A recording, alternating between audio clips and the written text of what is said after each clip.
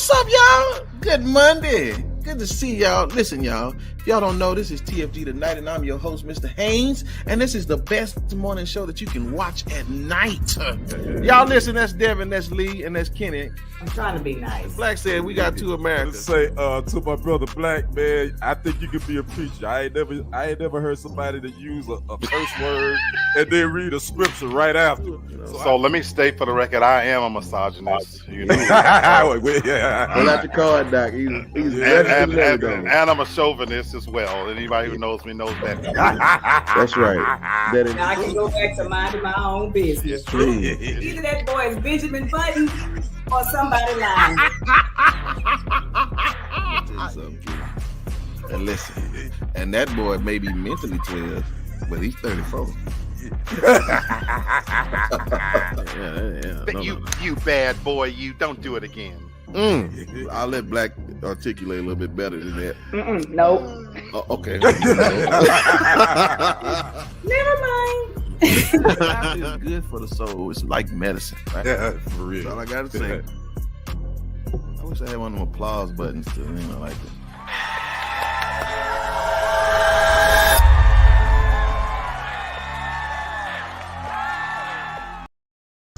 Good morning, y'all. Happy Monday. And a happy Monday it is. Oh man, I'm excited to be with y'all today. Are y'all excited? Yes, it's been 7 days since we seen y'all. And y'all, the family's here, and we just gonna work it.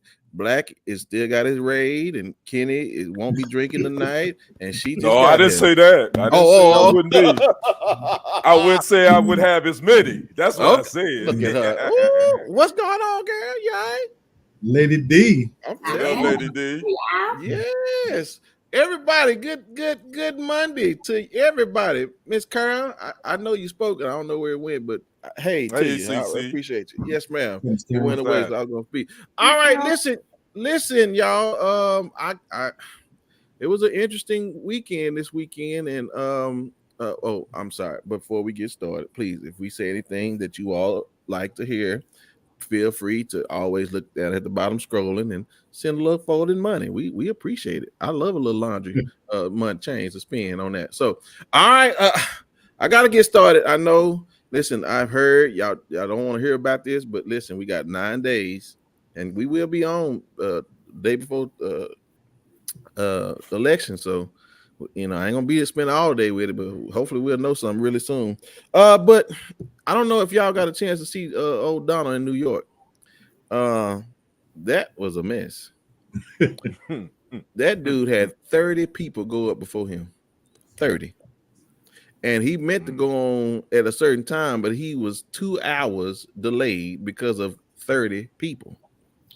And one dude he had on there, I remember seeing that dude. He was on the Tom Brady roasting thing. And again, I understand certain type of humor, but I just don't understand, again, why you want to. I do know why he want to do it, so I'm not even going to go there. But it was just raunchy. And again, it was very distasteful for what you're trying to do. And here it is. I'll say this, and I'll just throw it to y'all, and we get in and get out. I'm not mad at Donald, but it was thousands of people there that were in support of what they were doing. And that's my problem, that it's that many people in this one city that's okay to hear the things that they were saying. That's a problem with this country for me.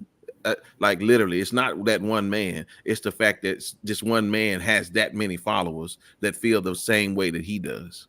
And so I don't know. Did y'all check it out? Probably not. I'm weird like that. I looked at bits and pieces. Did you? Man, it was 6 hours. Mm-hmm. No, I wasn't doing 6. I did a little fast forward and just to hear Donald, but I didn't want to hear all that. So, I mean, what you think about it, Black? Well, for me, it was a referendum on what he stands for. He considered that his flagship, almost like a rock star status. He coveted the fact that he was going home. For a lot of people don't know, Donald Trump is New York, has been New York for a majority of what made him. And so there was a lot of issues about whether he was going to have it. It don't get lost in the fact that the mayor spoke out in defense of him having it. the same New York City mayor that himself is under fire for his own issue. So Mayor Adams, it spoke volumes about a referendum on where this election is, because if ever there was a clear divide, that was it. And I've been saying this from the very beginning. I'm excited to see the fallout of this, because this speaks to the true nature of the two Americas that I always talk about. Yeah. This is not an election where they kind of share views. There was many things, and I know you're going fast over this. We could talk about the off-color remarks the comedian made about blacks carving watermelons and Puerto Ricans. He called Puerto Rico a garbage city. Yes. We could talk about one of the speakers that came out to Dixie song, the Dixie song playing. There was clear evidence, if ever there was one, that this is what he believed. And don't get it twisted, nothing was left unplanned. Yes. So this was meticulously planned, and he came out like a rock star behind it all. You had speakers like Dr. Phil, all in support of him. Yeah. Yeah, there was a lot going on, folks. Yeah. Kenny, what you thinking, man? I think I said, and y'all bear with me. I apologize. My Wi-Fi is tripping. I can tell right now. I said this last week, and you said it just a minute ago, Brent. I know who Donald Trump is, so I expect nothing less. You know, it's the thousands and millions of people that support him. That's the issue, and that's where we are as a country. So again, nothing surprised me with what that dude does. Yeah, for sure. Sister, you want to chime in or not really? I mean, yeah. Well, my thing was, y'all know I don't. We won't go there. But what was most shocking to me was all of the people of color. I'm going to say it that way, that came out right after, and even during. I think I saw some just clips on my timeline.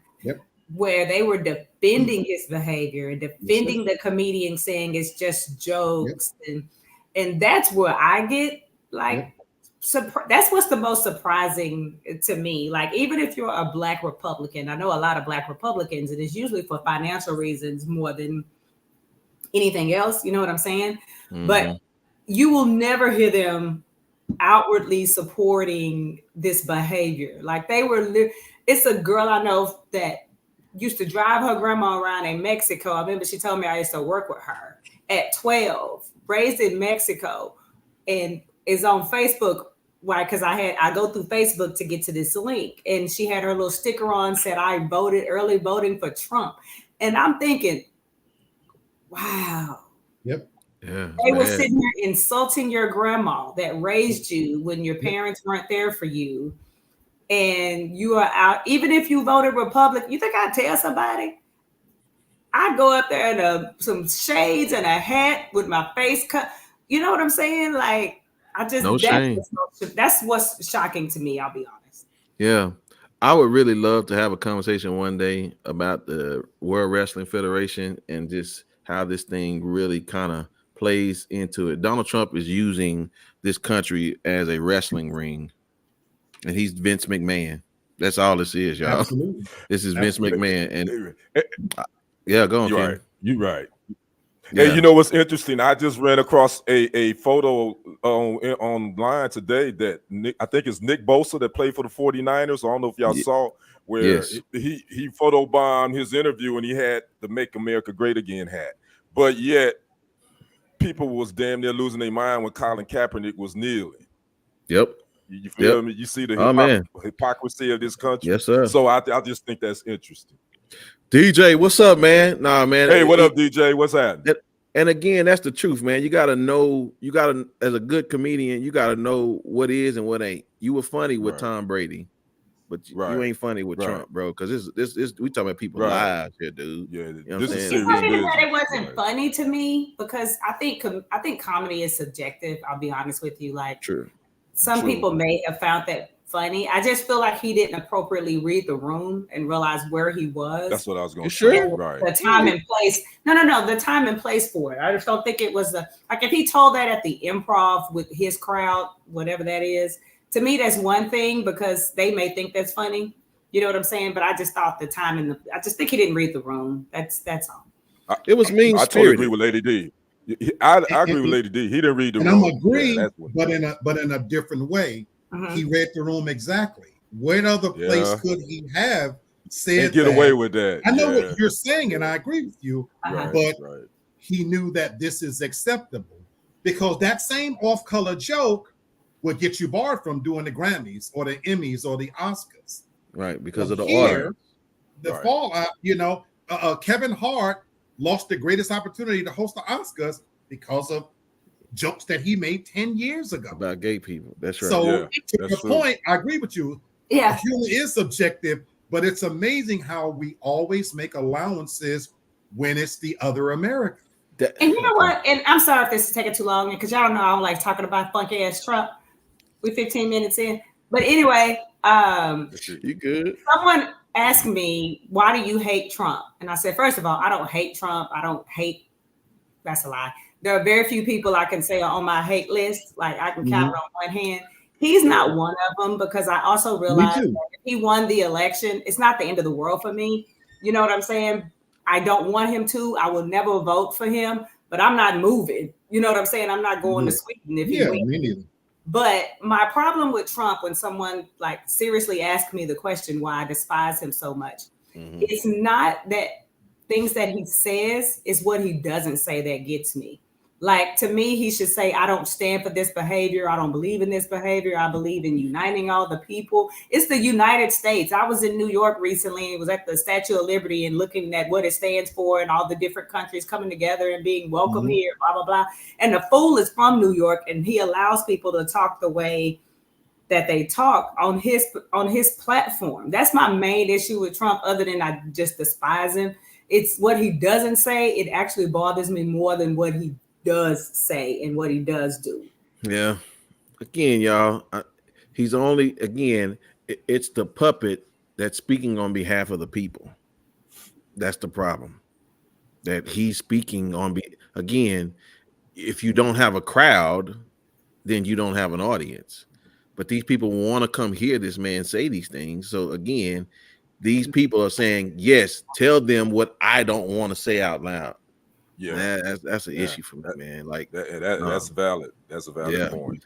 Yeah, I would say DJ Trump should be staying away from this kind of rhetoric anyway, especially when he's trying to hide the fact he is racially. Come on, man. In this case, it is power and embracing it. That is his base.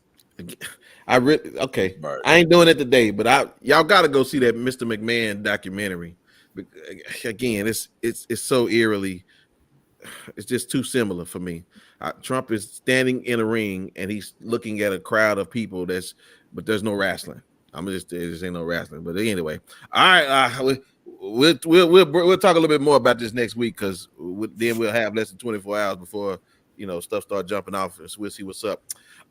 Quickly, I want to follow up though on again, Black. I know you're tired of hearing about him too, but we got to talk about it one more time. Jamie Foxx. Apparently he's going to come out with another. Look at sister. Oh, good. All I'm doing is reporting what's coming out here in these streets. He in the streets. The man said he finna tell us what happened to him. But y'all got to come watch the special. Now, apparently, again, I ain't in these streets like this. So I'm just telling y'all what folks be telling me now. He said it got something to do with Diddy. That's what he said. Now, you be digging. Is that wrong? Is that what y'all heard? Did y'all hear that? No, y'all want me to bring you up to speed?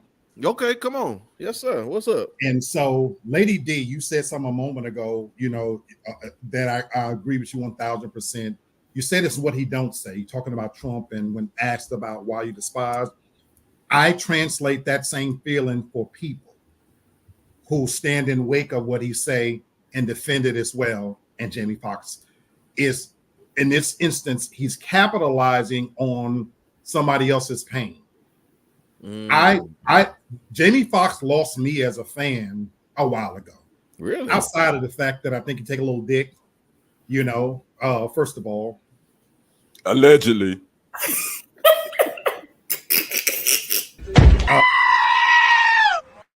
Lord have mercy. And I'll have take a little dick if you want to. That's okay.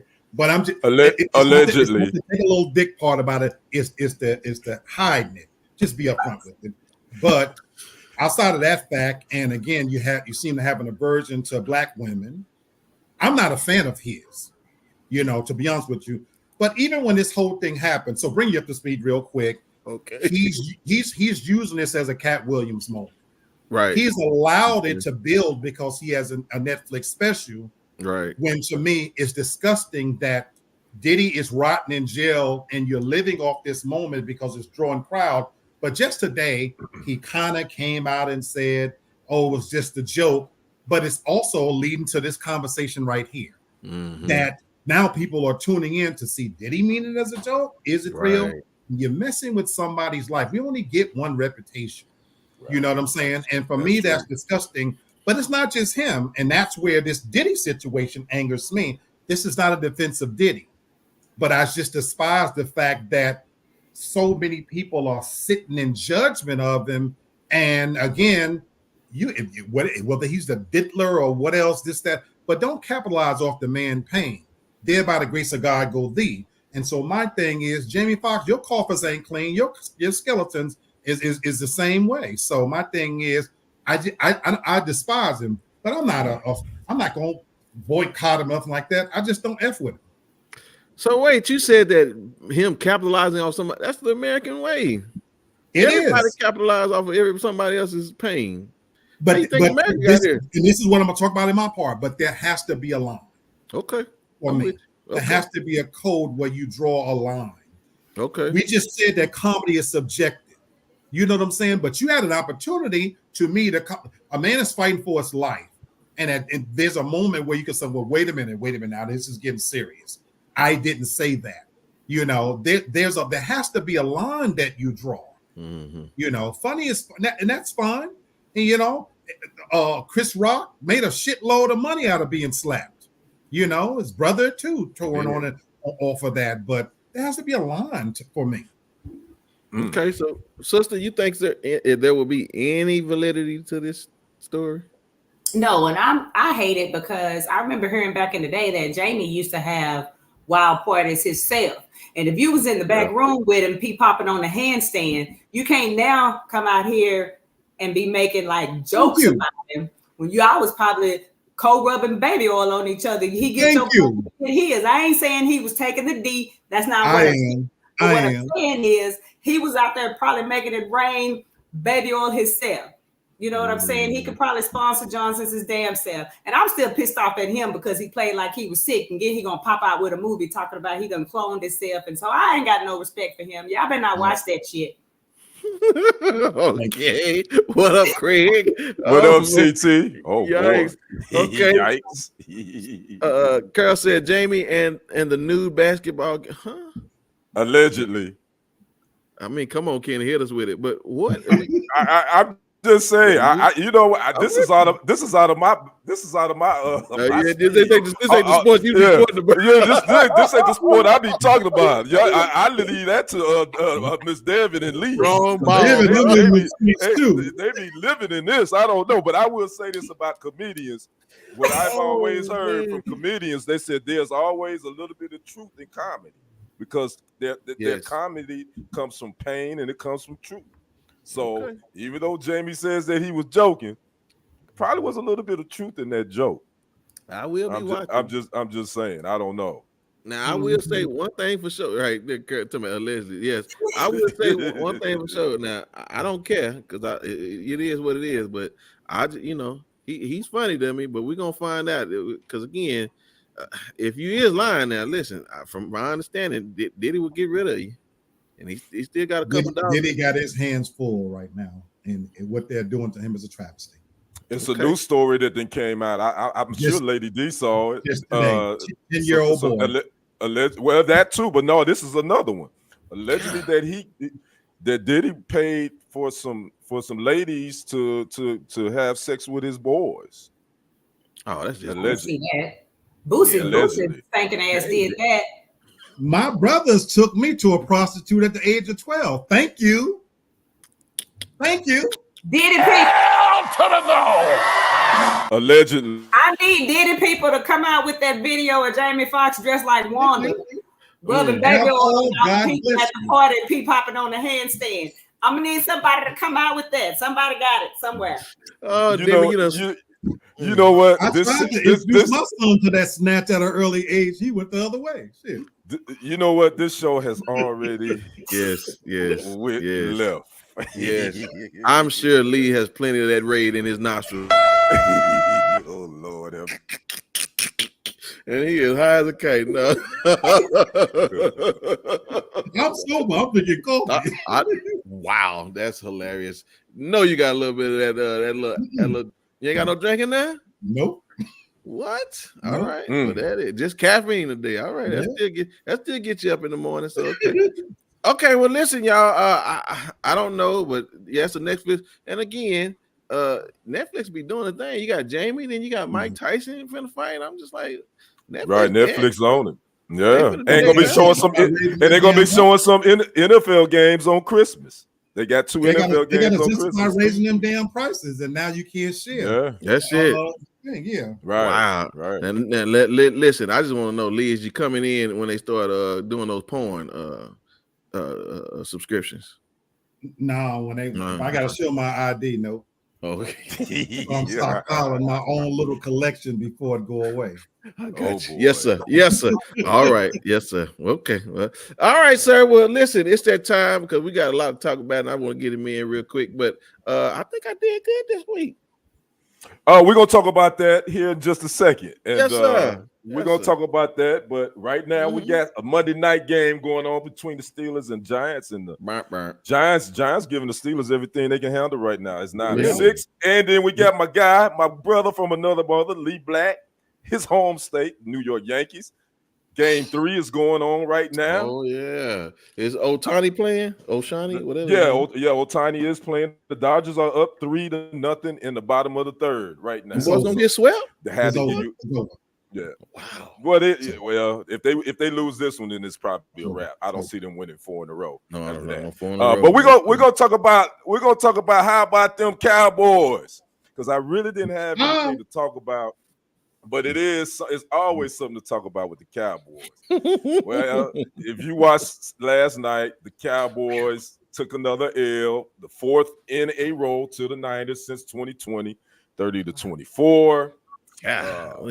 Dalvin Cook, they brought him up to try to help that running game. They brought him off the practice squad, and he only had 12 yards on 6 carries. They only rushed for 56 yards. But the Cowboys actually made this game interesting in the second half, especially the fourth quarter. Yeah, that last drive, they couldn't get nothing done. But again, Cowboys have dropped to 3-4 now. 49ers are 4-4. So we're at the midpoint of the season. This is where I say you know who's the pretenders and the contenders. And here's the upcoming schedule for the Cowboys. They are at Atlanta next week. Then they host the Eagles. They host the Texans. Then they go to the Commanders, and then they host the Giants on Thanksgiving. That's the month of November. And I said whoever lost that game last night, I said they pretty much their season is probably toast. Sister, you all right over there? I'm going to my resident Dallas Cowboys fan below me right there. Is this season a wash for the Cowboys? Do you think it's we'll get them next year? Is that what we're going to hear again, Miss Devin? I know I love the Cowboys, but at this point, I feel like I see this Pee Wee football team can beat the Cowboys. I'm just saying. Man, I didn't even watch the game. I'm gonna be honest with you. I didn't watch it. I didn't watch no highlights. I'm over it. Yeah, Craig, it is. I ain't gonna mess with you, Craig. I ain't gonna mess with you because hey, Craig, you know what? It's always a great day to be what? Green Bay Packer fan. But we're not talking about the. Yeah, he good. It's growing to be all right. Okay, so this is where I'm going with you, Black. I mean, obviously, I know you picked the Niners to win this game, and they did. But this thing was hairy. Actually, the Cowboys could have won this game, even with all their injuries, even with the Niners' injuries. So what's wrong? Should fans continue to keep having faith in this team? The Cowboys, For me, no. And Lady D, I watched the entire game, just so you know. And I truly believe Dak is in his head now. I feel sorry for him. And I mean this, I'm being so sincere when I say this. The pressure that's on that man to be the highest paid player in the league, making, what is it, $60 million a year. I watched every expression on his face, like when he would throw an interception. I feel like he's in his head now because he knows it's all on him. And even though they were drop passes, and I just feel like, Kenny, they've given up. The effort is not there anymore. I watched not just this game, I've been watching them, their body language. So if anybody's expecting them to get hot and go on some second run and this, that, and you're fooling yourself. Yeah. It's just not. And I agree with that too. I said it before they lost this game that I didn't think they had a run in them. I'm gonna ask you this, Brenton. All-pro cornerback Trevon Diggs, instead of him going in the locker room after the game, trying to talk to his teammates, he gets on Twitter and he finds a WFAA sports reporter by the name of Mike Leslie had tweeted out something that he didn't like. Yep. And he comes out the locker room and confronts the reporter rather than him being in the locker room with his teammates. He's more concerned with what's going on social media. Is there too many distractions with this team? Distractions, deflections, depression. It's a lot of D's. Okay, no pun intended. And it ain't no defense. It ain't no. Right. Yeah. It's just a lot. Again, he just found a little kid in the playground that he thought he could beat up on, and again, man, leave all that on the field, bro. The boys doing their job, and what I'm saying, you just get your check and go home. That's all I can say, man. So it is what it is. Well, that's there you have it. We've had a lot going on with the Cowboys and some other stuff happening in the sports world, but we'll talk about that later. So I got to get to our pick three. Yes, sir. TFG tonight, we got a pick three where I pick three games. We all pick whichever team's going to win. And whoever has the best record at the end of the regular season will get some lunch money from your boy. Yes, then I'm gonna have to try to find me some new Wi-Fi because this Wi-Fi whack. But that's a whole nother story. So we're gonna talk about what happened in week 8. We had the Texans at the Colts. Devin picked the Texans, Black picked the Texans, Brenton picked the Texans, and I picked the Texans, and we all got that one right. The Texans beat the Colts 23-20. Then my other game from last week was the Bills at the Seahawks. Devin picked the Bills. She got that one right. Black picked the Seahawks. Got an X. Missed that one. Brenton got the Bills right. Me, I missed it. I picked the Hawks. Cowboys at the Niners. Miss Devin picked the Cowboys. She missed that one. Black picked the Niners. He gets the thumbs up. Brenton picked the boys, get the X, and so did I get the X. So, I picked the boys. Yeah, you picked the boys, Brenton. God damn it. I'm big Devin. So Devin, Black, and Brenton all went 2-1 last week. I went 1-2. So now the updated records for the week now. Devin is still in first, and she's rolling. She's at 11-4. Black is right behind her at 10-5. Brenton is right behind Black at 9-6. And as your boy, the sports guy, I'm bringing up the rear at 8-7. And look like I'm going to be like the Cowboys. My season is about to be over. Unless I get some luck on my side. So there you have it. So now let's pick our games for next week, week 9. Here's the games that I got. The 3 games I got. The Texans, who are 6-2 at the New York Jets, who are 2-6. We got the Cowboys 3-4 at the Falcons, who are 5-3. And we got the Lions 6-1, who are at the Packers. You know what my saying is? The Packers 6-2. And that's a big NFC North game because whoever wins that is going to be in first place. So we're going to start with Devin. Texans at the Jets. Who you got, Devin? What were their stats again? Texans are 6-2. The Jets are 2-6. You know you ain't thinking about that. Really? The Texans, of course. All right, Black, who you got? I'm riding with Lady D, Texans. All right, Brenton, who you got? Shoot, fill up the car. I'm in the same bandwagon. Yeah. Let's go ahead and take this trip because we're gonna take it all the way to H-Town. I'm taking the Texans as well. All right, Cowboys 3-4 at the Falcons 5-3, who are in first place in their division, which is the NFC South. Devin, who you got? Cowboys. Going with the Cowboys. You gonna ride with them boys. All right. Black, who you got? You in Atlanta.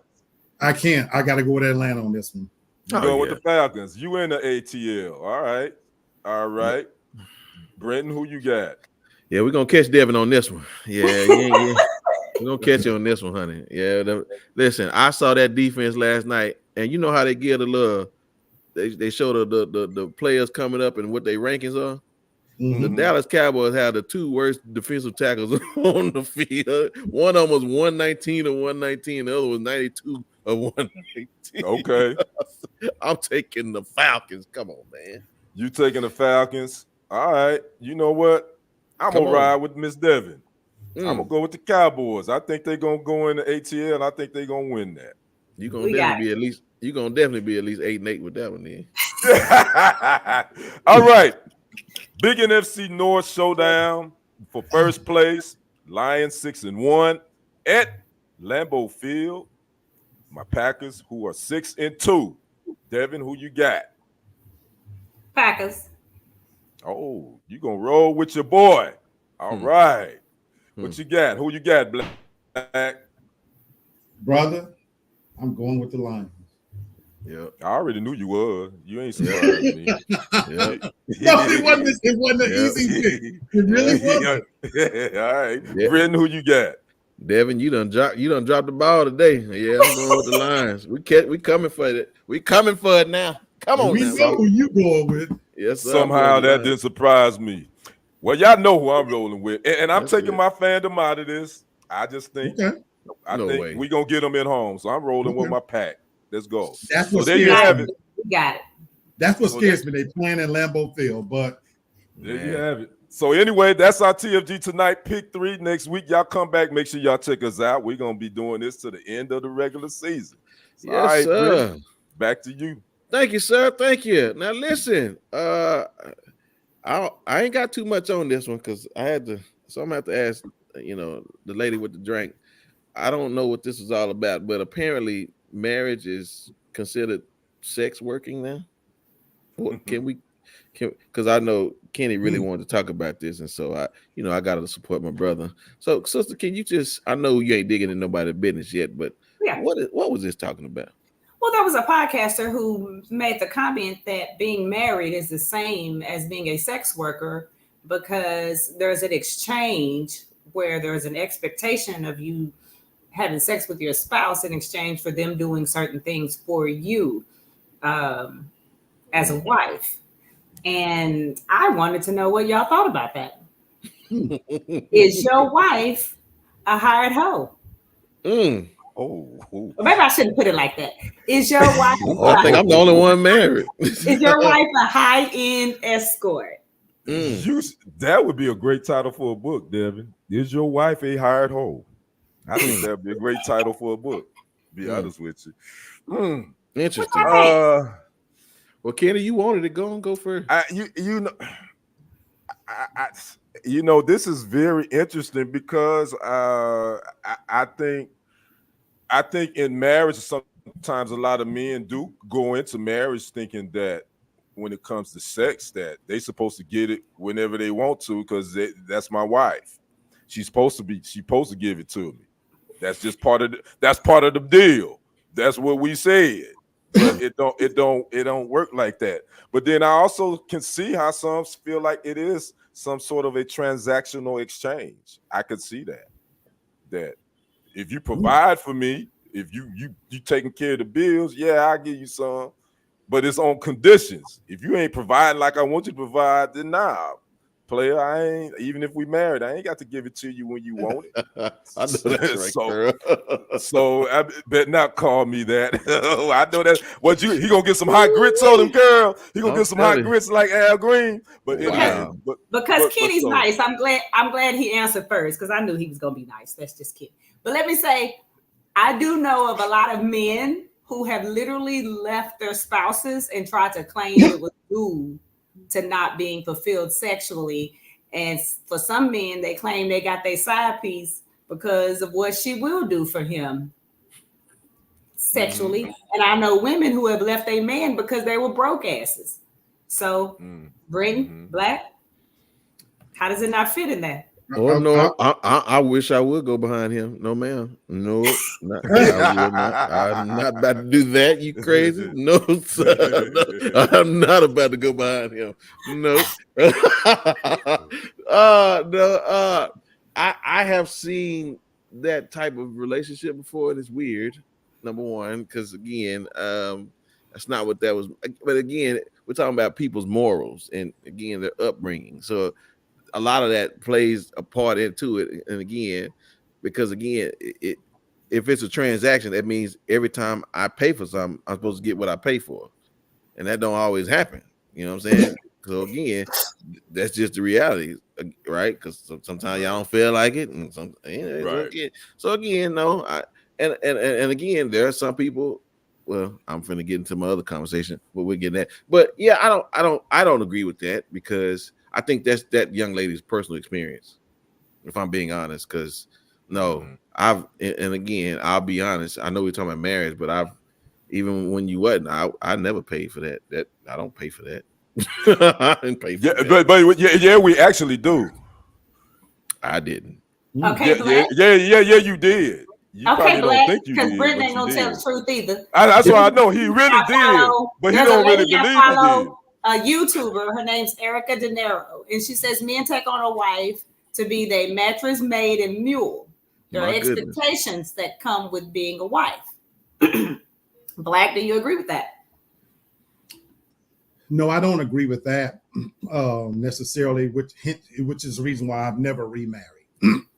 Because I take marriage serious enough. But if you're asking me about the question, I think she's right. I think she's speaking to what marriage has become to this generation. I think it's become transactional. And that's what's made it sad for me, is that we've gotten away from what I consider old school traditional values of what's expected in a marriage. It's now a dirty word to have gender roles. And I'm still a dinosaur, and I believe there are certain things that's expected of me if I'm going to be a husband to take care of. And yes, there are certain expectations. Now, if we're talking about sex in this instance, I am from the old school. I do expect to get some of that pussy whenever I want it. You know? Now, I expect me to render my part to her as well. But I think this is where we get into the weeds, and I'm a chauvinist in this sense.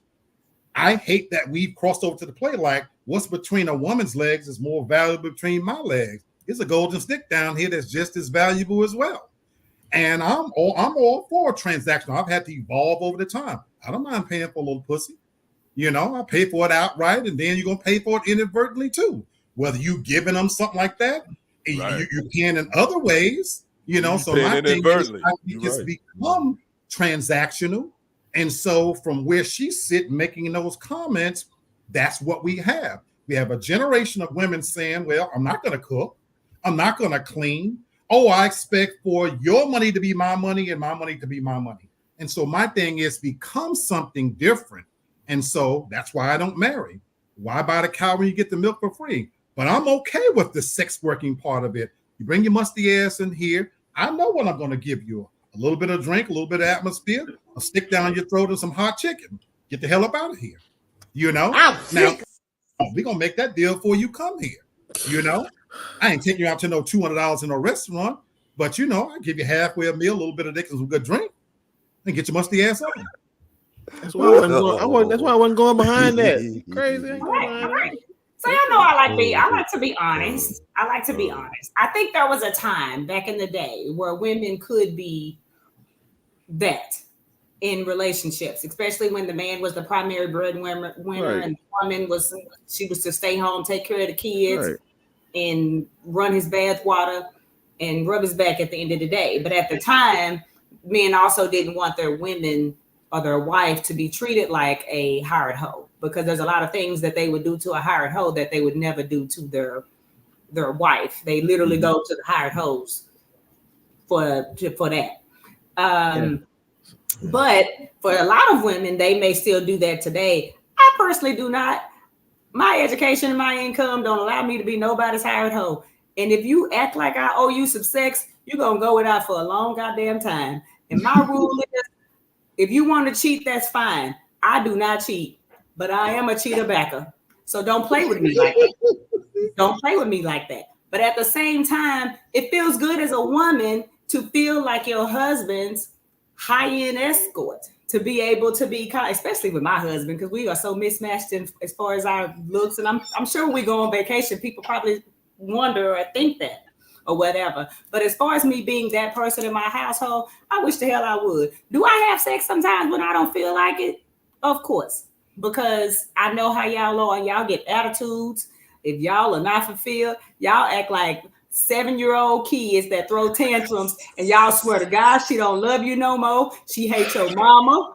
All I ever do for you can't do for this. And then if we do it and you get an attitude about that shit. Don't act like you don't want to be here. If you're going to be here, act like you want to be here. And then you pout. So we just go on and we just play it off and act like we somewhere that we really want to be, and act like we, you know what I'm saying, throw it back on you 10, 12 times, however long it take your ass to finish, because we got shit to do. So, but you know what? That sucks though, Devin. That ain't cool. But what ain't cool is if we say no and your black ass go around pouting for days and days. We don't so do now, it. And then so you now, got the threat to go get it from some actual hired hoe and bring us back something, because now you got a dusty, dirty dick and you messing up our pH balance. So we just go ahead and do it. So you shut the hell up. I'm sorry. We don't want to do it. We act like we don't disagree with do it, but at the same time, I may be sitting over here with my nails not done. I ain't had my hair done. I need some goddamn gas money. My car ain't been clean. It's dirty as hell. But you want me to bend over and pop it for pimp?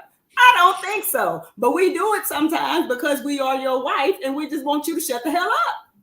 I don't disagree with nothing she said. And we've got to pay bills sometimes just not to hear your and damn so mouth. So do we. I have a problem with none of that. If anything, I miss the good old days when these nasty bitches wouldn't do everything and you had to go somewhere to get it. But don't get it twisted. Now, wife, girlfriend, whatever, these bitches are suck a wet doorknob, so you ain't got to go nowhere to get something nasty and filthy done, because they're doing it anyway. And on top of that, my thing is, it's just as many women out here that act a fool as well if you don't give it to them. Ping, as you said, is just as valuable. I just hate is too many dudes out here that's acting like, again, what they hold between their legs. Look, I could take that musty snatch or leave it.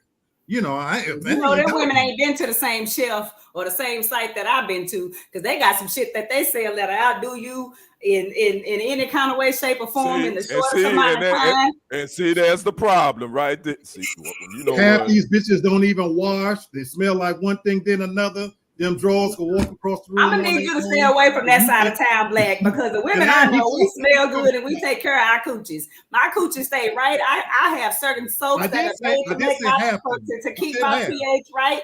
I make love to my husband because I love my husband and because I need him to shut the hell up. There's a combination. That's why I said half them pussies. So is that the way you get your husband set up? You give him some coochie? Is that what you do? That's to get him to shut the hell up?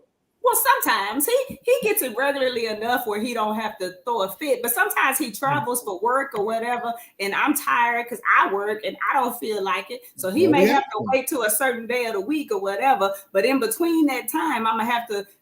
All I'm gonna have to hear about it is when he will, or when we will, or what's gonna happen until we do it. And then when he do it, I do it. Guess what? I go back to getting every damn thing I want. So it's become transactional.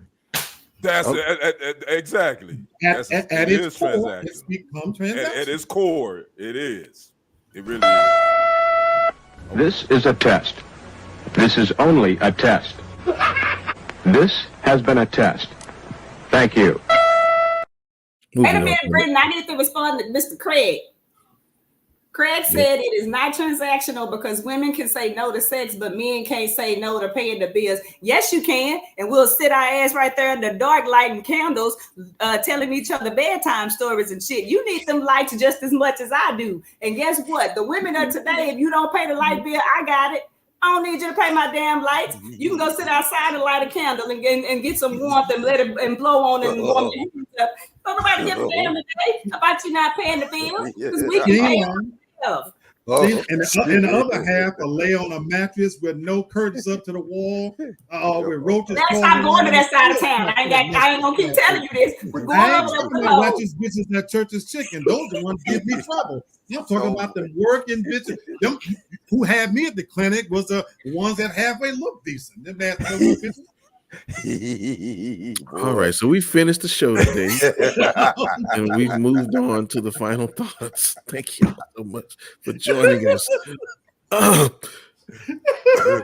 enjoyed the show up until about the last segment, but again, Me and Lady D, we advocates. y'all are way more than that. Okay, Jeez. Oh boy. God help us all. Even for the last, we won't be doing those type of segments anymore.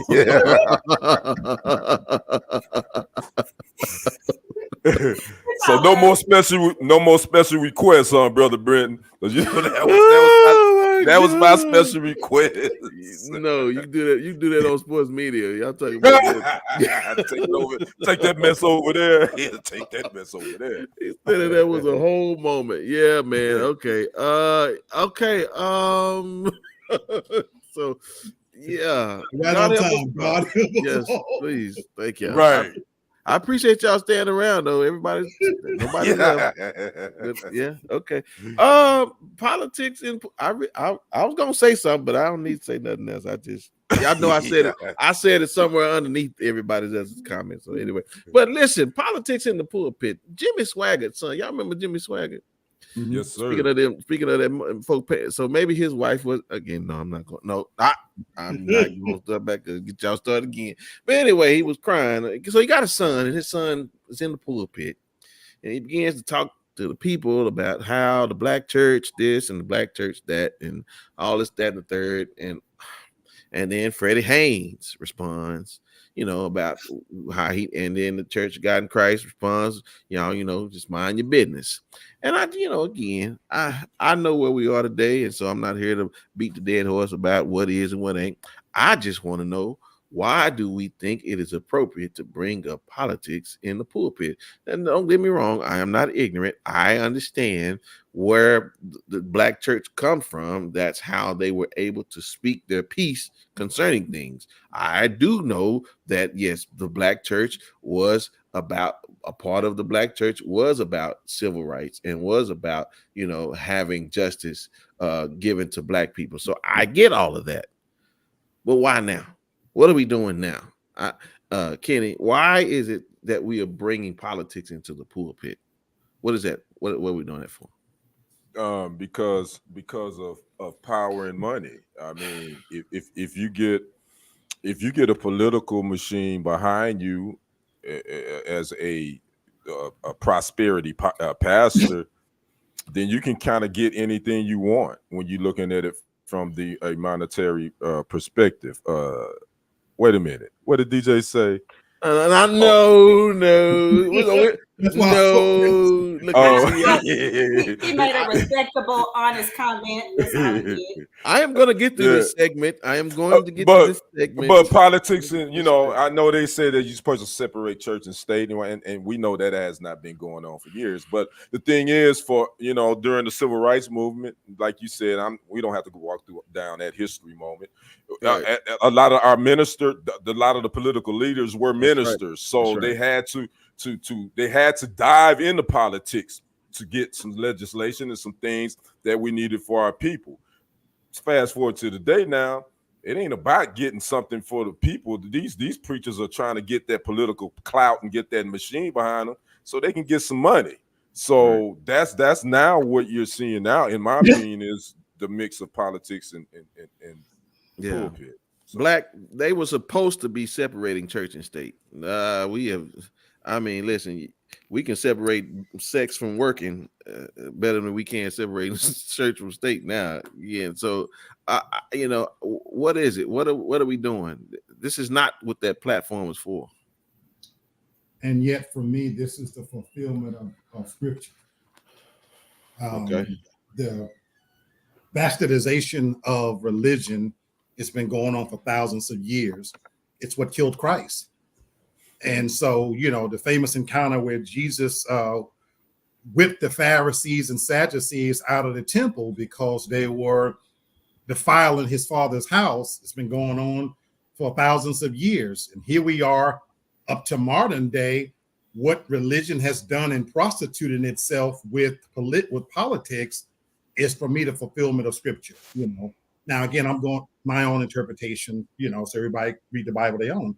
But when I read Revelation and it talks about this harlot sitting on this beast with 7 heads and 10 horns, my studies teach me that we're talking about world organized religion riding on politics. And they've been in bed together for so long, they don't know any other way. Now, it's come down to this. There is very little distinction between what you see from these money-grubbing preachers, and we've ushered in this new era of politician, where they're all, you want to talk about politics feeding from the trough, religion has got its hands just as dirty. What does it say that the world's biggest religion, the Pope, who's over 7 billion people, and there's a movie coming out right now called The Conclave, it's absolutely ridiculous what that religion has become and stands for. The Pope himself is supposed to be standing in the place of the holding the keys to the kingdom, some representation of Peter, and yet the religion is founded upon boy fucking, ass fucking. But we don't talk about that. And all the way to Black religions, there once upon a time when the church did serve a purpose of leaders speaking out over the civil rights issues and things like that. That died with Martin Luther King, folks. We haven't had a true legitimate African-American leader in the community. And even if you want to go back to them times, we suspect that there was foul play in the assassination of Dr. King. So religion has always bastardized itself with politics.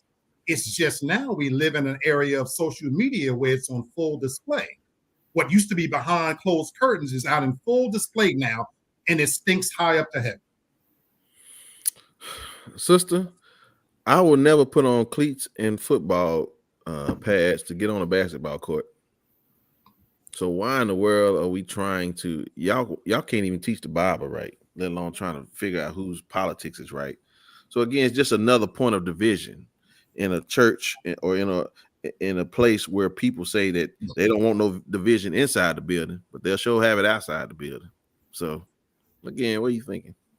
I'm about to say something stupid, and then about the way things would be in the perfect world. In the perfect world, the church could teach you that politics exists, about the importance of having a voice, about the importance of voting in your local elections. They could teach you about, what different politicians stand for and let you make a decision about which way you want to go, but maybe not encourage you to be a Democrat versus Republican or vote for anyone in particular. And I say that's stupid because that's the exact opposite of what church is. The purpose of church is to make you believe whatever they're trying to teach you. So if you're already in the church getting swayed and getting your opinion altered because they want you to believe this certain thing, you can't think for yourself in church as it is. The times I've thought for myself or had an opinion in church, I was always told that I was wrong. I was speaking against Jesus. I was going to hell. You don't question God. God don't make mistakes. Y'all know that whole line. So if you can't think for yourself, just being in the building as a whole, of course, they're not going to allow you to think for yourself in politics. It's always going to sway one way or the other. But in the perfect world, because a lot of people aren't educated about voting in politics. I didn't know about the importance of voting in local elections, y'all, until I was an adult. And that's ridiculous. And I started to educate myself. So people should be educated, especially younger people in these mega churches. but they shouldn't tell you which way to go. Yeah. Craig, he says, God created government. How can religion be separated from politics? Even Jesus respected government when he told his disciples to pay what belongs to Caesar. Nobody says, and again, I'm not saying that you're arguing with this. I'm just having the conversation with you. I'm not saying that government is bad, and I'm not saying that church is bad. Well, maybe, but I'm not saying. What I am saying is they should not be. It should not be merged together when it's time to give people the truth of Scripture so they can better their lives to look more like Jesus. Politics has nothing to do with that. And beyond that's what I mean. So fine, we can, but again, the way things are today, they're teaching it as a way. Remember, because if you're not with Trump, you going to hell, right? And again, Kamala was the Antichrist, blah blah blah, this, that, and the third. So again, that's where we come to at this point, and it's horrible, and it's out of place. You know, right? So my thing. So let's be real. I mean, should churches allow politicians to come in and speak to their congregations? Should churches allow that? I don't believe so. That's my personal. I don't believe, in my personal belief, I don't believe so either. And I know we're going to move on, but in the spirit of the motto of my show, we'll agree to disagree, and this will be for another argument. I flat out disagree with your statement, Craig. God didn't create government. Man created government. Man decided to rule over man. And when Jesus Christ made the statement about pay back to Caesar what belonged to Caesar, that's as respective to Christians being law-abiding citizens. But when it comes to obeying God rather than men, he was clear on that. And we even have examples of the Shadrach, Meshach, and Abednego standing up against government, even under the fear of death and being thrown into the fire. And I could go on and on and on, but that's a whole nother conversation. So again, I'm just respectfully disagreeing, but that's just sure. And again, it's a conversation that can be had, and again, it would lead us to a place of position, and so be it. But again, I think for where we are today, it's not helpful. It's actually, spewing propaganda and rhetoric that's unnecessary, and so again, help us all. Even when we're not asking for it. So, all right, sister. Who business you getting in today? Hell, I thought we already did dig in their business segment. Kinda. But while still minding my business, dumbass Shaq kept coming up. Oh boy. On the topic. He has managed to put those size 37 shoes in his feet multiple times here lately. One thing that he did, I'm not even going to speak about it because I was so disgusted. So I'm going to leave that thing alone. The inappropriate comments he made about Angel Reese while he was sitting on her podcast. He did a podcast with her. I know what you're talking about. I'll let you look that up because this girl has said multiple times she sees him as a father figure. She's young enough to be damn near his grandkid. Just gross. But anyway, another thing dumbass said was he revealed why he doesn't consider texting or emotional affairs as cheating. And he said it should not matter what he does on his phone. And that women, basically, we just make up ish as we go. But then he also made a comment that most women he know would never do that. So he ain't really worried about a woman doing it as well. So do you consider conversations without actual physical touching or intimacy being considered cheating, Brenton? In a monogamous relationship, or I'm just saying, with you or your wife?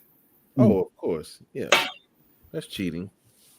It's just having a casual friendship with a dude and talking to him on the phone or texting with him on the phone.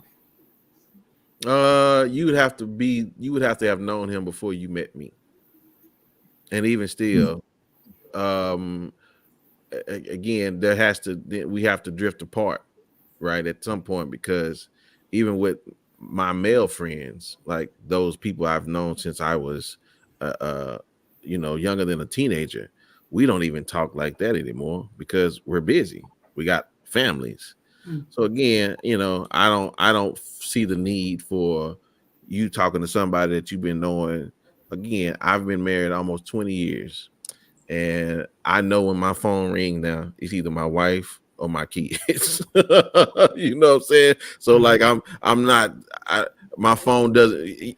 We've been doing this show for years, and my phone don't ring like that, right? It don't nothing. So again, because I'm at home, so the people I talk to is here. So again, it's just no, it's not appropriate. All right. Black is texting or simply conversing from a distance cheating. Absolutely. If it's in violation of a committed monogamous relationship. So I don't agree with what Shaq said at all. And probably explains why he, like me, is still single. It explains why he's taking responsibility for the demise of his own marriage and why I take responsibility for my own. Look, I state plainly that, I'm not going to be monogamous. I know that I'm not going to get married because, again, that part is not in. Maybe it is, but how I feel, no. So, yeah, that's a violation. If you're in a serious committed relationship with somebody, no, you shouldn't be having inappropriate conversations with somebody via text, sending pictures, this, that, and the other. It's a violation, of the sanctity of that relationship. I think even friends, there has to be a respect. My female friends, when they're in a relationship, I won't call them after 8:00, just out of respect for the relationship. And I want to make sure that their guy knows who I am, that I'm just a friend. And those conversations I have with that female friend, they're out in the open. Put me on speaker because I want to show respect to that man, that so he knows that when Black is calling, he's calling to shoot the shit, mess around, but we're not having those conversations out of respect for him and the relationship they're in. I don't call after a certain hour. In fact, I usually let my female friend call me because I don't even want my number showing up too often on her. It's out of respect for that relationship. So I'm big on that because I would feel the same way, Now, lastly, I want to say, I'd be remiss if I didn't say this. I love me some Shaq. Shaq's one of my favorite people that on this planet. I love what he does. Is a philanthropist, everything.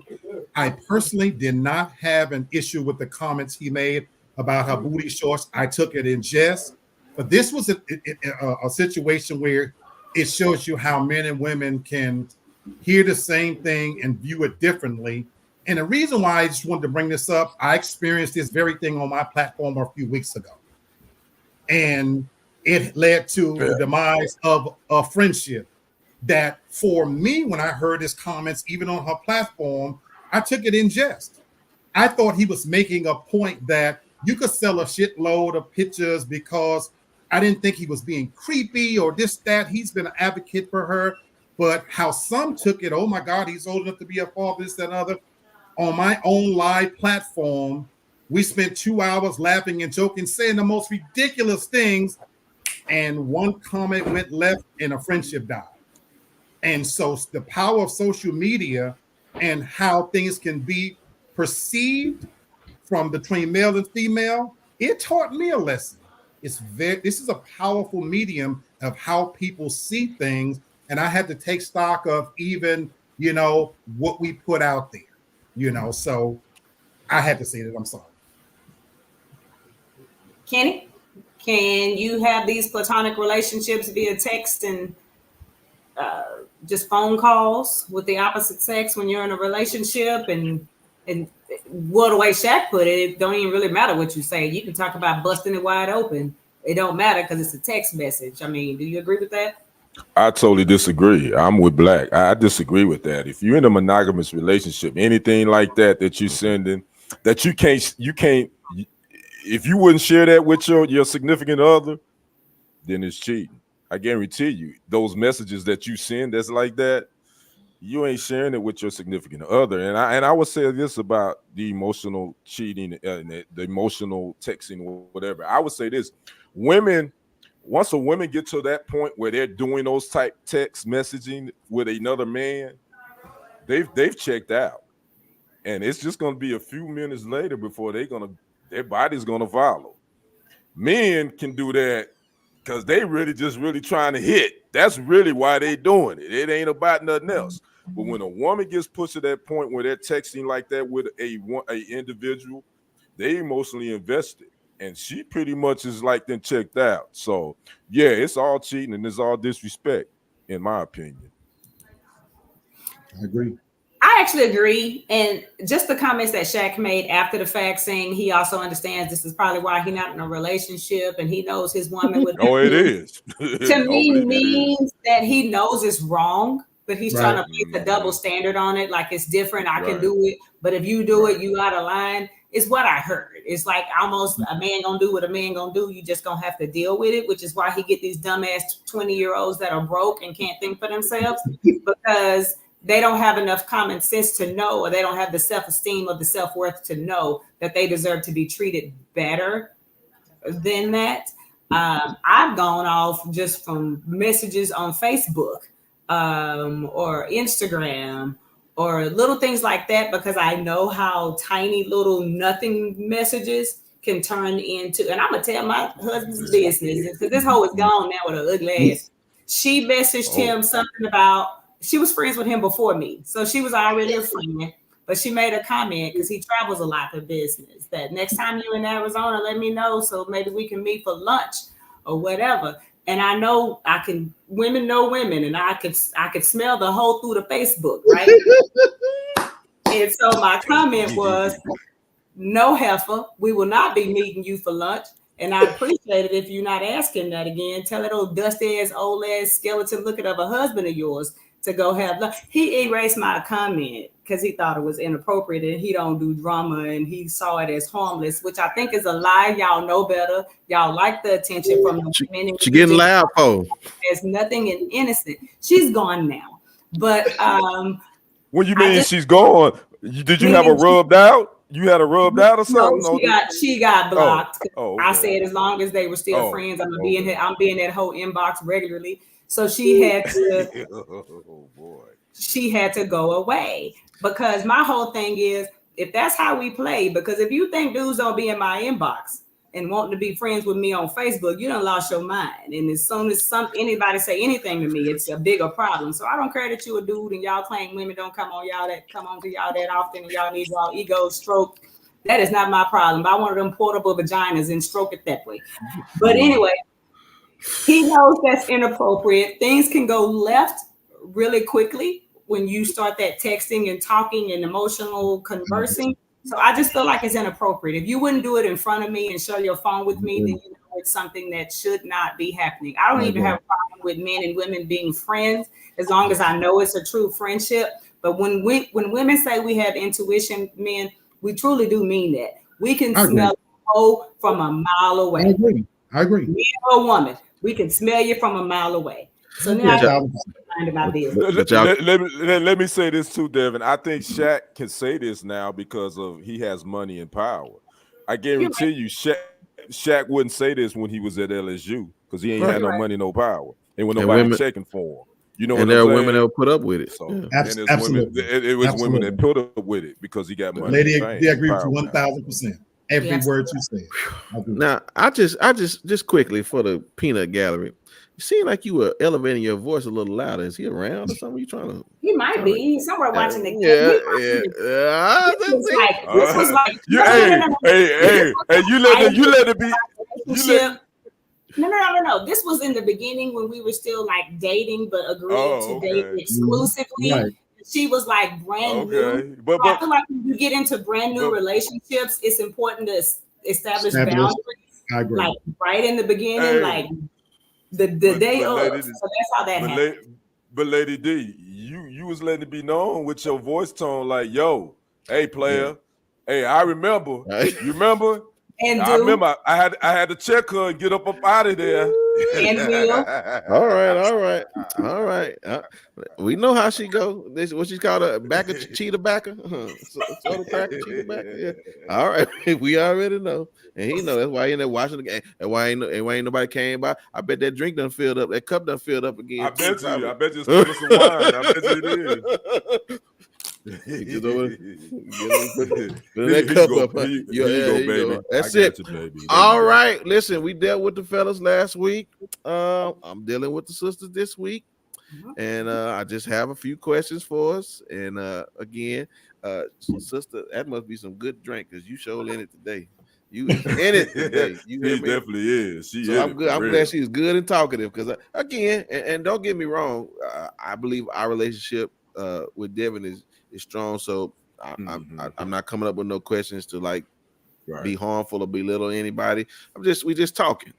And so again, in this moment, it's just to have the conversation. And I appreciate in advance my sister for always being honest and open with us about anything that she you know that she believes in, and even for the lady that's on with us now. That's watching. And Carol. Yeah, thank y'all. Please, it's absolutely. This is not about arguing. This is not about getting into. Although we did have to go to a break earlier, you know what I'm saying? Not so much here.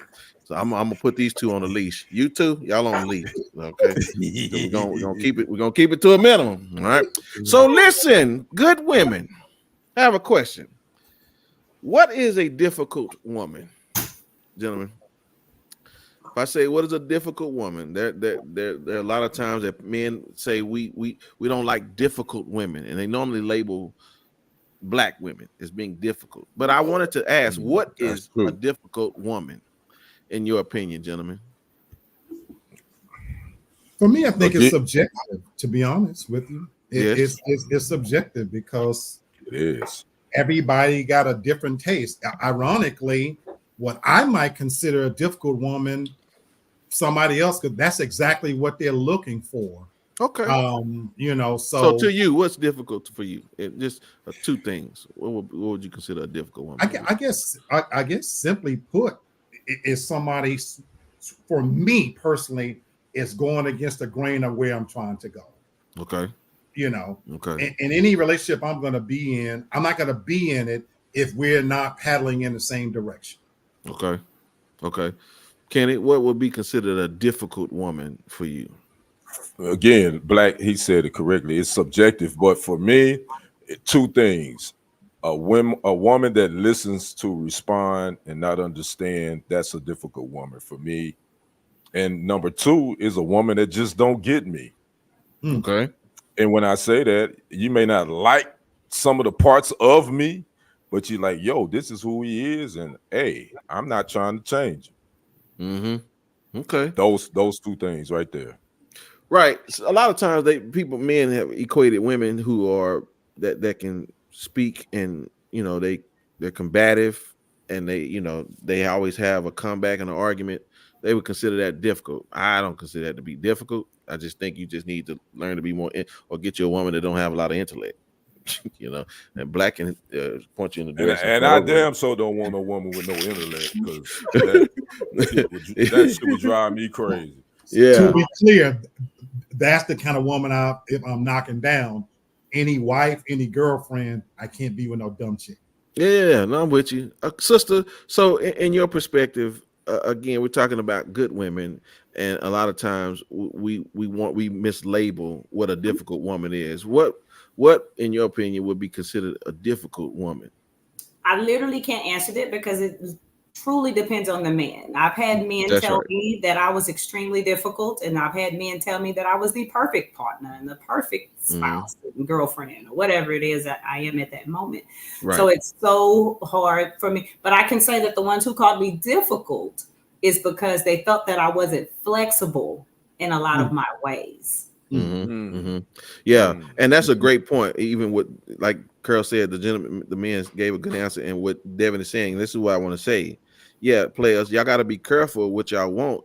Y'all can't handle, because again, what you're asking for, she may look good, but you out of your league, homeboy. Because again, these women are some women that look good, and you too stupid. You two cans from a 6-pack. You know what I'm saying? And so you can't handle. So a difficult woman is a woman you can't handle. How about that?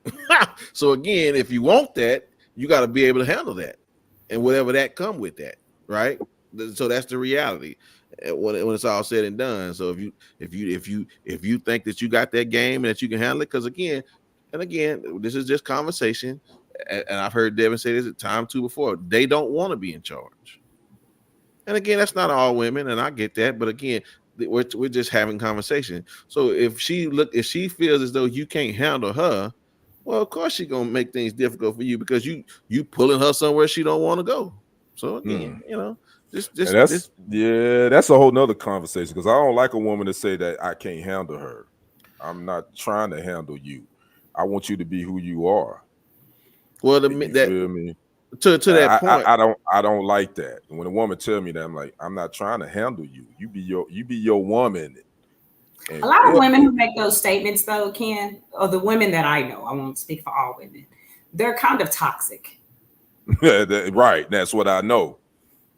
And I'm not. I've never made that statement to a man, even the ones who called me difficult. I've never said they can't handle me. They're just not for me.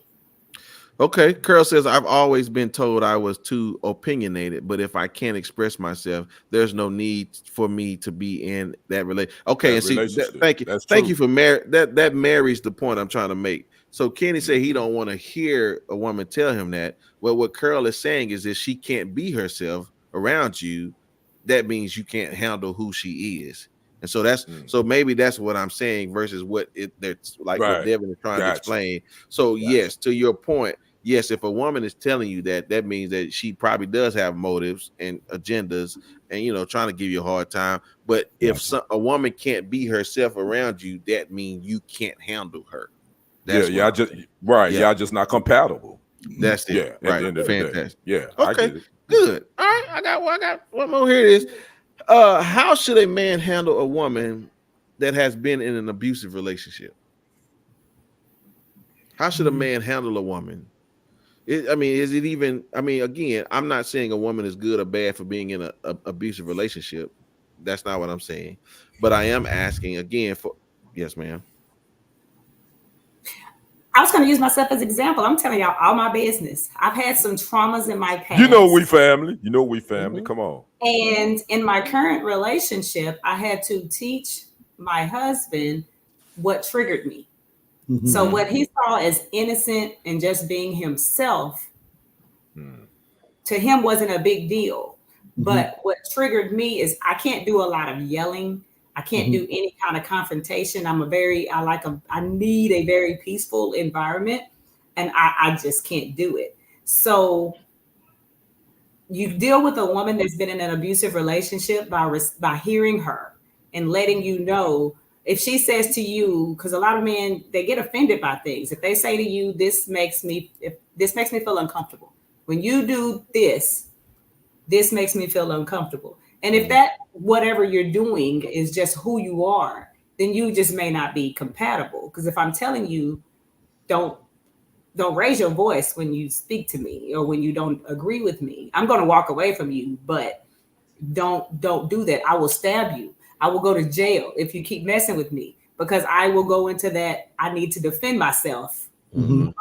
And then I never in my life want to be in that kind of environment with anyone else again. So what you could do is just listen to her when she says, even in intimacy, if she says, I don't like it when you are rough with me like that. I don't like it when you do X, Y, and Z to me. I don't like these things. And if she's telling you why, I just feel like you should at least try to respect what she's saying. So I'm gonna come to you, Black, but I just want to, while she's where she is, I want to answer this question. So should a man trying to be in a relationship with a woman, and again, I don't even know how you ask this question, but should a man ask a woman, have you been in an abusive relationship? Yes. That's a good question. So he should. And again, I know there can. I always ask a man, have you ever hit a woman? Mm-hmm. Oh, yeah. If you have, why? What was the circumstance? Because if you got in fist fights with your sister, because a lot of people do, that's something totally different. Mm-hmm. But I need to know, because I ignored that red flag before, and not that he hit me, but because he technically he did, but it was in the beginning. But I learned how to avoid that with him. I learned how to step back and how to calm him down to avoid going through that. And I shouldn't have to walk on eggshells in my own household. So from after that point, I always ask questions to him and anyone that may have known him if he's ever been that type of person. Yeah, and I want to be clear. I'm sorry, Black, one more time. So I didn't get none of that other segment, so y'all got to give me this one. No, I'll just tease. 100% DJ. But for me, I think it takes a very mature man to have to deal with a woman who has been abused, and a lot of men. And again, that's why, ladies, we have to be careful. I know they look nice. I know they got a lot of things to check off, but that's a lot of patience that a man has to have. And again, a lot of men don't have that, especially when they are dealing with their own insecurities or their own issues that they're not 100% healthy. I don't suggest that a woman that has been abused deal with a man that has his own unhealthy issues in his own life that he has to deal with. Okay, so I'm just making sure, because that takes a lot of work for a lot of things. Okay, Black, go ahead. Yeah, this is an important topic, and if you need to cut my segment in lieu of this one, okay, I won't. I'm one of those guys that, for me, I would like to think that I'm mature, but I don't have the tolerance and patience to be with someone that's been in an abusive relationship, because for me, I've had a bad experience with that, and so I dated someone. I fell in love with someone. You know, the first true relationship that I fell for hard after I got divorced from my wife, I was involved with somebody that came out of an abusive relationship. I waited about 4 months, for that relationship ended, because I didn't want to be the rebound guy. And she and I dated for about 9 months. And here I was going along thinking things was perfect. Long story short, she initiated contact back with that person. What it ended up, the moral of the story for me, I'm not going to give you the whole long version of it, was it hurt me so deep that somebody who was whooping your ass, you initiated contact with this person. And what I came to realize was there are some women that are broken in a way that they need a level of chaos that I can't provide. And what I end up learning about myself was, I think Kenny said it, and even Devin, you said it, I don't do yell. I don't do argue. My house has to be peaceful. So I don't have the tolerance, and maybe I don't have the maturity or the patience or whatever it takes. But some people, from my own personal experience, is that they can be damaged in a way that I don't have the tools equipped to heal them. And at this stage of my life, there's no way I can prepare for that. I'm selfish. I am a completely selfish SOB, and we all bring some level of baggage to a relationship anyway. And I'm not equipped to deal with that kind of baggage, so for me, it led to a bad result, and I shied away from that ever since. And so every time I've been in a relationship, ironically, if it's the woman that wants to argue over every little thing and I'm telling baby, I can't give you that. Some people like that level of chaos. Oh, he loved me if he pushed me and choked me. Now, again, if you want to have some rough sex, I'm all for that. I'll put a towel around your goddamn neck and ride you like a horse. But in terms of it being something else, no, we're not going to do that. Only you can tell it like this, brother. All right. It's okay. All right. Okay. Kenny, how should oh boy. Do you want to answer this? How should a man handle a woman that's been in an abusive relationship? I think Lady D she really broke it down, and I think it takes a man with patience. It takes a man that really listens, though. Listen, really. I mean, and when I say this, because most of us aren't really good listeners. When women are really pouring they really talking. A lot of times we get letting it go in one ear and go out the other, and then that woman can ask us 5 minutes later, "Do you remember me saying this?" And we like, "Nah, did you tell me that?" So, are we really listening to our woman? You know what I mean? So that's one thing I've always prided myself in. I've been a good listener. I think when you're dealing with a woman that's been abused, whether it be mentally, physically, or sexually, you do have to have patience. You do have to have compassion. You do have to really listen to what she's saying, man, because she's gonna tell you some things that she probably hadn't shared with anybody else. It takes a lot of trust. Yeah, and when she and I've said this before too. If she gets emotionally naked with you, you can't take that for granted, man.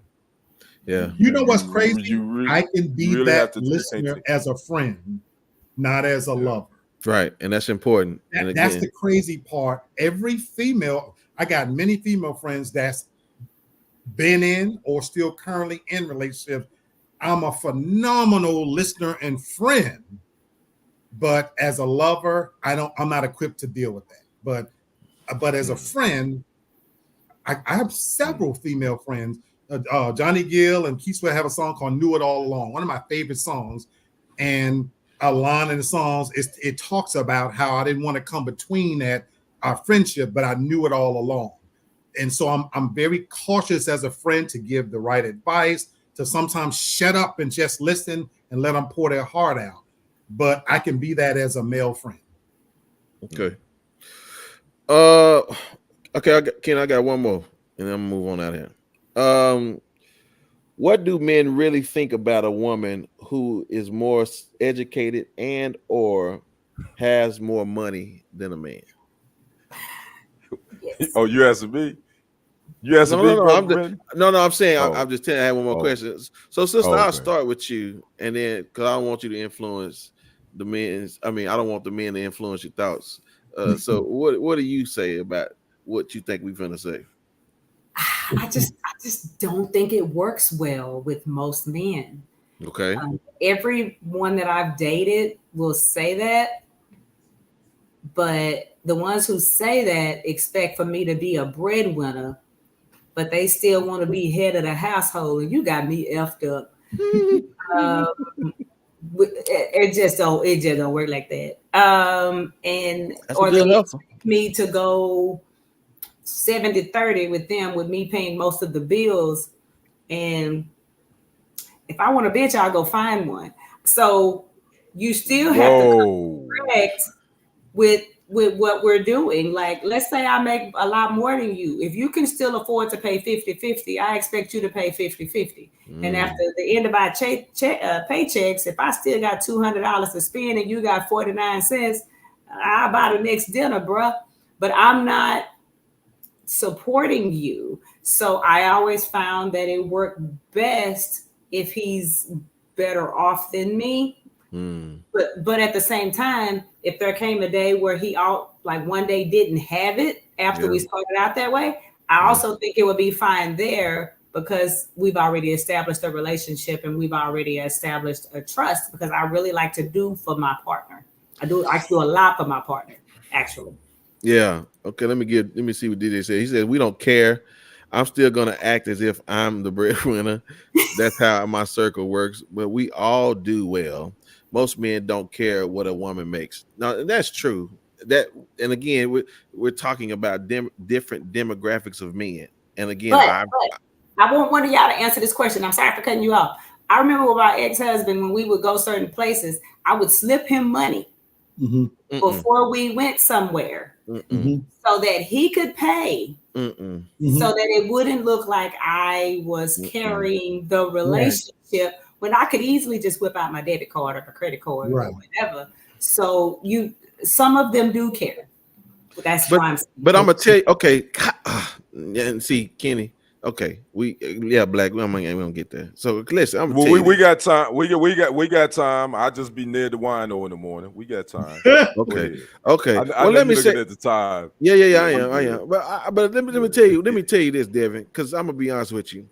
If a man has a high level of security, it doesn't bother him, because again, whether I had it or I didn't have it, I knew how I was gonna get it. And so it didn't matter. And I knew that if I took an L, I've lost my job in my marriage twice. I didn't feel no type of way because my wife had to do things that I used to do, because I knew who I was and I wasn't going to be down long. But again, it's about my upbringing. You know what I'm saying? So I don't. If you did that to me, like if you had I just pay, because again, that speaks to how I feel about you. I don't feel no way about you doing that, because guess what? That means you care about us, right? And if I need you to hand me some money, well then I'm gonna show you a boy that was on his mama titty for too long. You know what I'm saying? That's not what we do. Yeah, because guess what? I probably been doing the thing for the last 6-8 months. I don't have no problem. Yeah, no, yeah, she got it. I don't have no issue, because guess what? I'm getting in the car. We're gonna drive. Ain't no issue. But again, that is my current relationship. We've gone to restaurants where I've taken him and his family out for dinner, and I've dropped $500-$600 on dinner when she left the check down there with him, and I grabbed it, and he didn't feel any kind of way. Matter of fact, he was laughing and grinning like he done something good. So, so I just think it depends on who. It does. Who we are, right? That's just the real talk. And so again, well, come on, fellas. Go ahead, Kenny. What you got on that? Just to go ahead and answer to the question, I think a lot of men do feel a certain type of way about that, about if they woman make more money than them. They do feel, because because a lot of men want to have control, and for them, money is control. I make the money. I'm the breadwinner, so this is what it do. Now, I'm speaking from my personal experience. I don't give a ish. I am very secure in my manhood, and I can honestly tell you, my profession that I am in, most women gonna probably make more money than I am anyway, because I work in television media. We don't make a lot of money, so I am very secure in my manhood, and I am very supportive of my woman. If she wants to do that, I'm not gonna feel some type of way, because I already know that I got your back as well. Whatever I'm gonna make it happen. I'm a hustler. That's what I do. I'm gonna make it happen. So no, I'm good with that. Then I also think it has something to do with age. I think as a man ages, some men, every man is different. I can't put us all in the same category. I think when you get to a certain age as a man, you understand your manhood, and then it's just certain things that you like. Yo, I ain't tripping on my woman making more money than me. I'm gonna be supportive, and I'm gonna make sure she good. But I'm gonna make sure I'm not using her. I don't want to make sure she don't feel like she's being used either. As much as she's taking care of me, I'm gonna take care of her too. Yeah, that's just how I look at it. Yeah, go ahead, Black.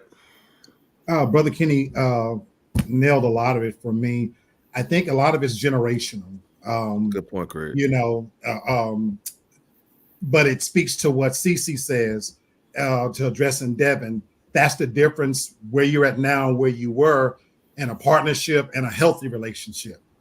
Because the moment you slip that dude some money, you now become an enabler. Yeah. You know what I'm saying? And so while you think you're doing good, you know what I'm saying? You're setting up for the big fall, because again, he ain't his maturity. It's not healthy.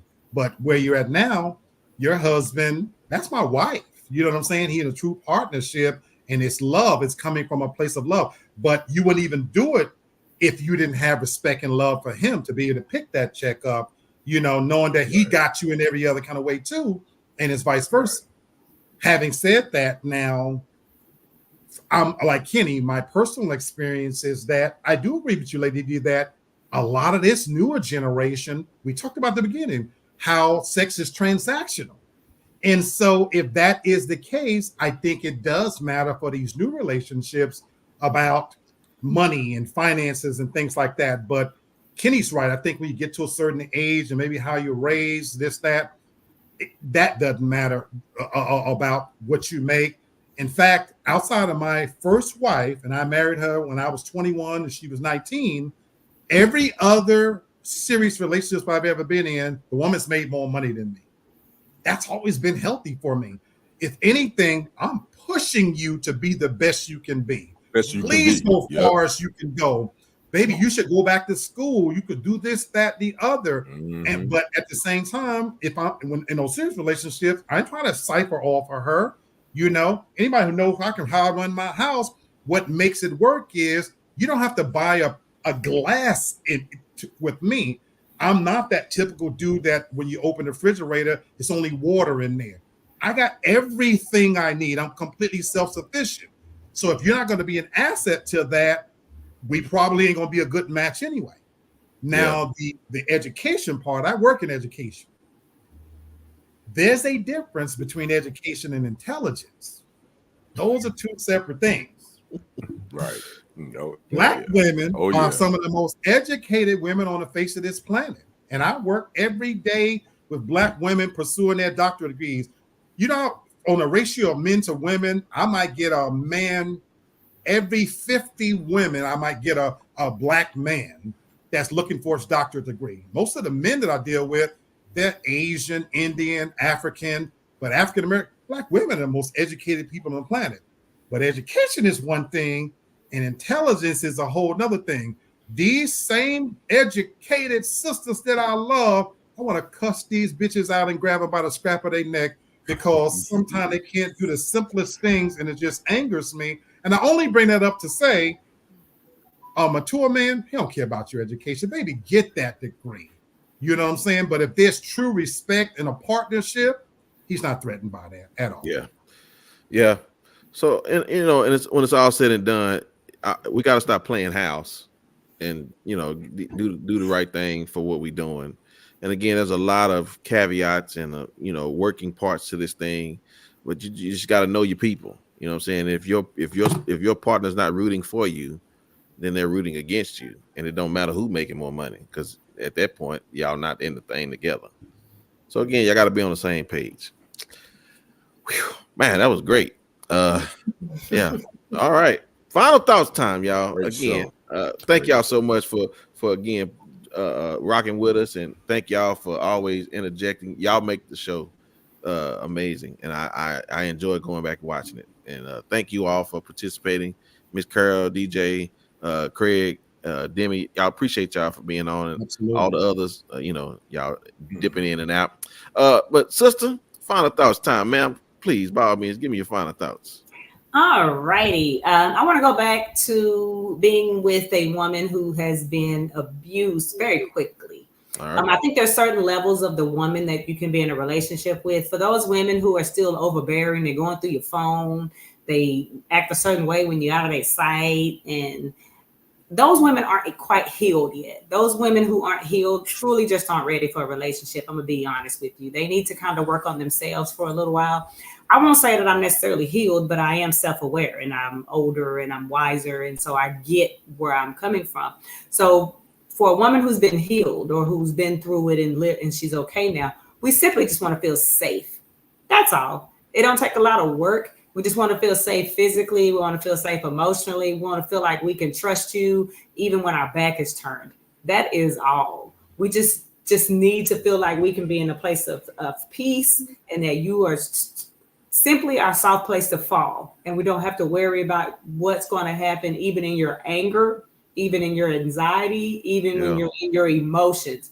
That is all we want, especially someone like me who's similar to Lee, which I prefer peace in my house. I don't like a whole lot of yelling and cussing and chaos. All of that is very triggering for me. So just know that when we say we've been in an abusive relationship, we just really want a man in our life to make us feel safe. That's all. Interesting. All that cussing and carrying on. So where do you go when you do that? I now only cuss and carry on a lot with my son. He's very triggering for me. I think I want to cut him off about every 6 months or so. And there's going to be a lot of cussing and carrying on with us. You do it on TFG tonight too. I cuss y'all too. But it's in love. Yeah, you do. That's right. It's in love. I got you. Lee and Devin can only love you like they can. Yeah, only love you like y'all can, for sure. Yes, sir. All right, Kenny, what's up, brother? I just want to say thanks for Craig, DJ, CC, all those that popped in and watched us, man, and commented. We appreciate the love, man. Share this to your social media platforms. I just want to talk about time, man, because if you don't know, time falls back this weekend, so you get an extra hour of sleep this weekend. And when I think about time, I think about the dash. And when I think about the dash, I think about that date that comes after the dash. If you know what I'm talking about, because we are gonna have a date that come after our dash. So I want to say to all my beautiful people, live full, die empty. You only got one life to live. You get no do-overs. Love on the ones that love you. Kick the ones to the curb that you ain't. Hey, sometimes you got to cut people off that you may loved. You can love them from afar. But again, live full, die empty. And then in the words of the Kendrick, the sports guy, you know what? It's always a great day to be what? Green Bay Packers fan. That was my final thoughts. Love it. I'm gonna fall in line with my crew. Devin spoke on being safe, and Kenny says that dash and live full, die empty. I'm gonna close on what, and I'm gonna keep it under 2 minutes. What would have been my closing segment called "Birds of a Feather"? Okay. By the time we see you guys again, we'll be on election eve. That's right. And that's right. after this show next week, we could be very well waking up to a different America, a different agenda. And so back to the convention. Michelle Obama, I'm gonna let her thoughts close out with what I hope you take with you under the context of birds of a feather. And I'll tell you what I mean. Speaking of the convention that Donald Trump just had, she said, "Forgive me for being a little frustrated that some of us are choosing to ignore Donald Trump's gross incompetence while asking Kamala to dazzle us at every turn. I hope that you will forgive me if I'm a little angry that we are indifferent to his erratic behavior, his obvious mental decline, his history as a convicted felon, a known slumlord, a predator found liable for sexual abuse. All of this while we pick apart Kamala's answers from interviews that he doesn't even have the courage to do, y'all." Why did I bring that up? I've had to, glad you brought it up, over these last few weeks, take a deep reflection on people that I surround me in my space to make me happy and whole. And you know something my mother told me when I was little? She said, "Birds of a feather flock together." I'm no longer going to argue with people over their beliefs. They have every right to believe that. But I am going to stand on mine as I always do. And just like Obama says, and we said at the beginning, like Lady D says, Donald Trump's going to keep Donalding. But what I'm going to start to question is those that are in support of him and think that come next week after the election, that the tolerance, the support that you've given this man, that it can all be forgiven in the flush. Yes, sir. Everybody has a choice to make, and I'm making mine. I don't have much. I got less time on the end of that dash than I do in front of it, Kenny. Yeah. And so I have to surround myself with healthy, whole people that think like me, that move like me, and that's why I love this show. And others, I wish you nothing but peace and happiness, but I want to flock with those feathers that's moving in the same direction as me. God bless. Yes, sir. Already. That's it. Listen, we got some tough feathers too, y'all. Yes, sir. They'll cuss you out and love you in the morning. Yes, they will. Listen, great show. Just got a quick question for you guys. Listen, what is the danger, since we're talking about the election, what is the danger of trying to break through that ceiling? Is there any danger in trying to break through the ceiling? What y'all think? Yeah, I think so. You got to leave some people behind. Just like Brother Black said, Berza, you got to leave some people behind that ain't with you. So it is what it is. Sister Black, what is there a danger in trying to break through that ceiling? Damaging your own brain in the process. I like that. Disappointment if you don't accomplish it. I love this. Y'all do it. Y'all set me up really good. Well, listen, y'all just take a look at this moment, and I'll show you. There's one danger that's really, really prevalent in this moment when you're trying to break through that ceiling. Here it is.